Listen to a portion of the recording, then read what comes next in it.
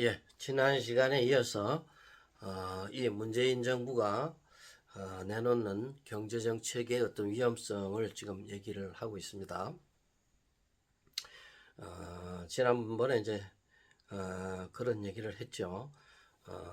경기가 안 좋을 때는 경제 주체들이 돈을 쓰도록 돈을 찍어낸다든지 이자율을 내린다든지 이렇게 해가지고 기업들이 많은 돈을 쓰도록 유통을 시켜서 어떤 경제에 어떤 혈액이 돌도록 하는 그런 정책이 바로 정부가 할 수 있는 어떤 역할이라고 할 수 있습니다.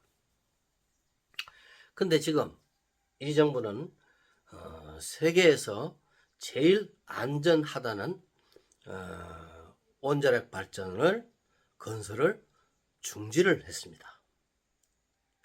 참 이거 어떻게 정말 해석을 해야 될지 모르겠습니다만은 원자력 발전 같은 것은 우리나라가 매우 전략적이고 정말 부가가치가 높은 그 다음에 세계적인 기술을 가지고 있는데도 이것을 중지하는 정말 커다란 정말 수십 년 기술을 파괴하는 이런 행위. 그 다음에 지금 경제가 좋아지는 상태에서 약간 이렇게 밀어줘야 할 상황에서 법인세를 인상하고, 더군다나 우리나라 지금 정말로 우리나라는 기본소득도 높아졌지만 그럼으로써 하위에 외국인 노동자, 그 다음에 학생들 아르바이트 이런 걸로 인해서 어떤 서열화가 착 된 정말로 자유경쟁의 어떤 그 확대가 절실한 이런 상태에서 최저임금을 인상하고 계약직을 정규직화하는, 이것들은 정말로 자유시장의 생산성을 정말로 파괴하는 아주 그냥 아킬레스적인 그런 행위를 지금 스스럼없이 하고 있습니다. 채용에 있어 경쟁력이 아닌 블라인드 채용을 강화하고 채용을 의무화하고 연봉제를 폐지하고 법상 최고 이자를 다운시키는 등 그간 시장주의 경제가 수십 년, 수백 년 동안 생산성 향상을 위해 심혈을 기울여온 정책들을 하루아침에 물거품을 만들고 있습니다. 물론 각각의 정책들에 대해 그들 나름의 논리가 있을 것입니다. 그래도 여기서 하나하나 그 구조나 해악을, 영향을 얘기하고 싶지는 않습니다. 이것은 매우 단순하고 보편적인 상식이기 때문이죠. 거의 상식적인 얘기에 불과한 것입니다. 이런 정책들은 혈액을 돌게 하는 것이 아니라 피를 굳게 하는 근원적인 정책들입니다. 안 그래도 우리나라 임금은 일본의 자동차 회사보다 높다는 등 국내에서의 생산 자체가 한계에 온 이런 시점에서 지금 다 동남아 등 해외로 막 빠져나가고 있죠. 이런 아우성을 이런 치는 상태에서 여기다가 이런 정말 기본적인 고정비를 올리는, 생산성을 악화시키는 이런 거를 강요하라는 것은 도대체 무슨 생각을 가지고 정책을 하는 것인지 정말 통탄할 일이 아닐 수 없습니다. 이런 상황에서 정부는 수시로 기업 회장을 불러다 놓고 직원 채용을 강화하라는 등 국내 투자를 정액하라는 등, 이거 병 주고 약 주는 거 아닙니까?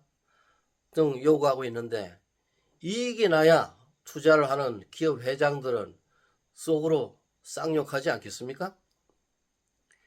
지금의 경제 불황의 근본은 생산시설의 과잉입니다. 생산시설은 충분히 되어 있다는 것이죠. 이제는 돈을 벌어도 투자로 가지 않습니다. 물론 뭐 안 간다고 볼 수는 없겠지만 다 저축이 돼서 인플레로 갈 수가 있어요. 집값이 오를 가능성만 충분히 크다는 것입니다. 집값이나 자산값이 오른다는 거죠. 설비는 지금은 저는 충분하다고 봅니다. 그러면 투자를 하라고 투자되는 게 아니죠. 지금의 경쟁은 효율성을, 생산성을 올리는 것만이 기업이 살아갈 수 있는 길이죠. 근데 생산성을 악화시키는 그런 모든 지금 정책이 이루어지고 있다는 것이죠. 이러한 과잉 설비의 상황에서 정부 정책이 생산성을 떨어뜨린다면 그런 상태에서 기업의 투자를 종료하면 이건 미친놈이나 하는 게 아닌가요? 영세업자들 입장에서도 지난 시절 김영란법, 근본 정권의 최저임금 인상 등 이건 흉기에 해당하는 것입니다. 이런 흉기를 생산시장에 싸잡아 패대기를 치는, 이래놓고 어찌 경제가 회복되기를 바란다는 말인가요? 그야말로 돈이 돌지 않게 땜질을 하고 있는 것입니다.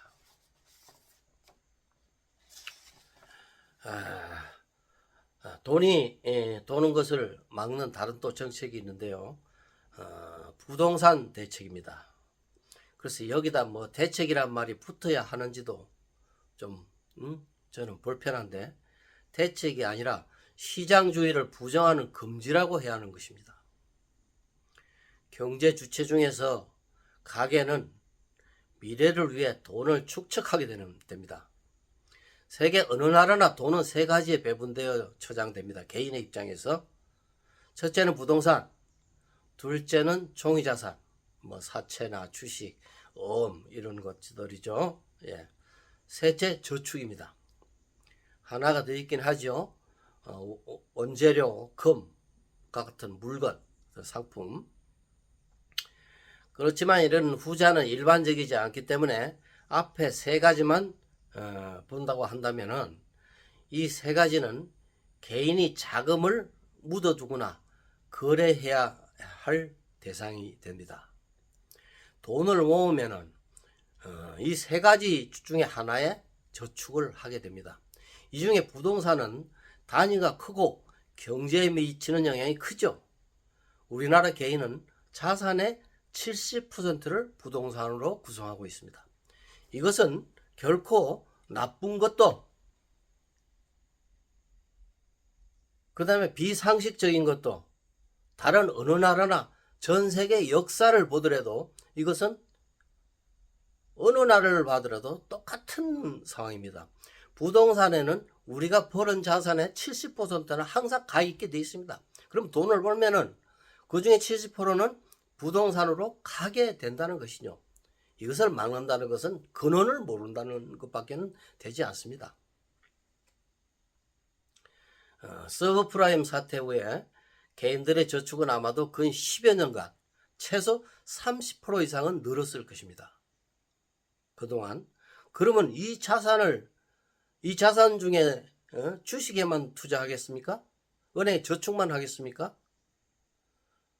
부동산에 그 자산의 70%는 가게 될 수밖에 없다.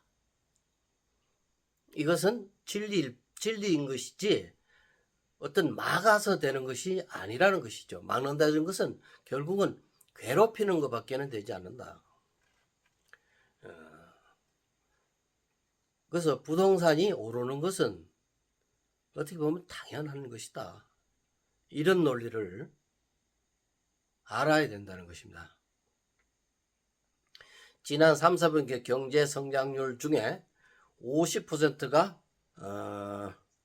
부동산 경기에 의한 것으로, 그때 이제 초기에 그 문정부가 들어서서 어떤 성장률의 어떤 과반이 이제 부동산에 의한 것이다, 이런 얘기인데, 부동산 자체가 경기에 미치는 영향은 어느 나라나 특히 개발국, 우리는 개발국은 지났습니다만은 그건 아주 중요한 것이죠. 그래서 뭐 50%가 지금 부동산에 의한 것이다 라고 이제 하는데, 그건 뭐 정확한 통계는 제가 모르겠습니다만은 뭐 어차피 이것은 포퓰리즘일 뿐이다. 경제 메커니즘에 무식하거나 포퓰리즘이다. 이는 경제 성장의 모티브적 모티브가 되는데 불구하고 우리나라 정부는 도덕적 문제를 붙여가지고 투기라고 말한다. 비도덕적인 문제로 아주 치부를 한다는 것이죠. 누가 단언적으로 투자, 투기를 구분해서 정의할 수 있단 말이냐. 투자, 투기라는 것은 구분이 되는 게 아닙니다. 어느 나라든지 경제에서 부동산이 차지하는 역할은 크다. 이 부분에 대한 투자 증가 없이 경제 성장은 크지 않다. 중국이 지금까지 성장한 것은 부동산이 대단한 역할을 한 것이죠. 이 정부는 한두 달 뭐 오르면 그냥 뭐 전장에 나아가는 장수 마냥 막 칼을 빼들고 몇 사람의 장관들이 뭐 막 큰 앞에서 인터뷰를 합니다. 이제 부동산 대책이라고 해가지고, 이건 정부 책임자가 나서는 게 아니라 뒷골목 조폭과 같이 보일 뿐입니다. 이거는 도덕적인 문제로 봐서는 안 됩니다. 무식한 문제입니다. 국민의 이해를 구하지 못하면 소통을 해서 설득을 할 대상인 것이, 이걸 찾겠다는 목적은 잘못된 정책이다. 이것을 알아야 됩니다. 세계 어느 나라도 부동산을 찾겠다고 이렇게 설치는 나라는 우리나라밖에 없습니다. 기업은 이익이 있어야 움직입니다. 사회적 잣대를 되려고 해서는 안 됩니다.